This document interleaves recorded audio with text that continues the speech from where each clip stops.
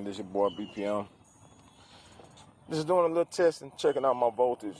You know, AC that's coming off of here. We had a problem yesterday with the amp. Wasn't getting any sound, so I just wanted to make sure that I'm being very transparent with the way my system works. And that I don't have a problem with the ground or anything. You see I'm at 14.2. I kind of made up a meter.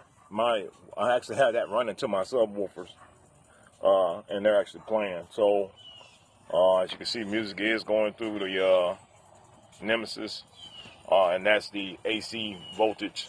So that way we won't have a discrepancy about that when I go back tomorrow saying that I might have ran too much voltage through the amp for as output and what's going to the amp. The only thing that amp is seeing right now at maximum is 3.5. That's it. That's what's coming out of there.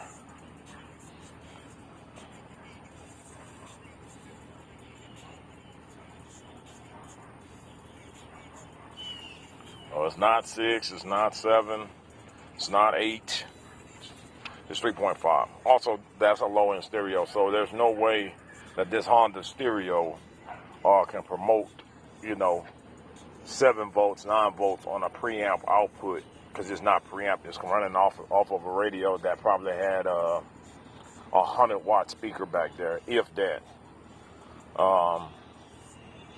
And that's it.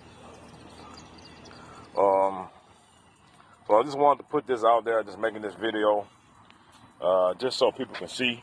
Just make sure that, you check your wires, check your voltage.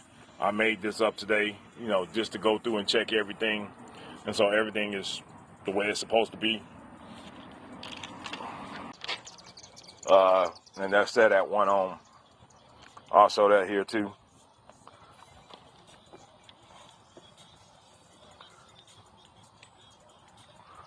Let me just undo this. So you can see I made that up. You can order those. I actually got these off of eBay. They're great.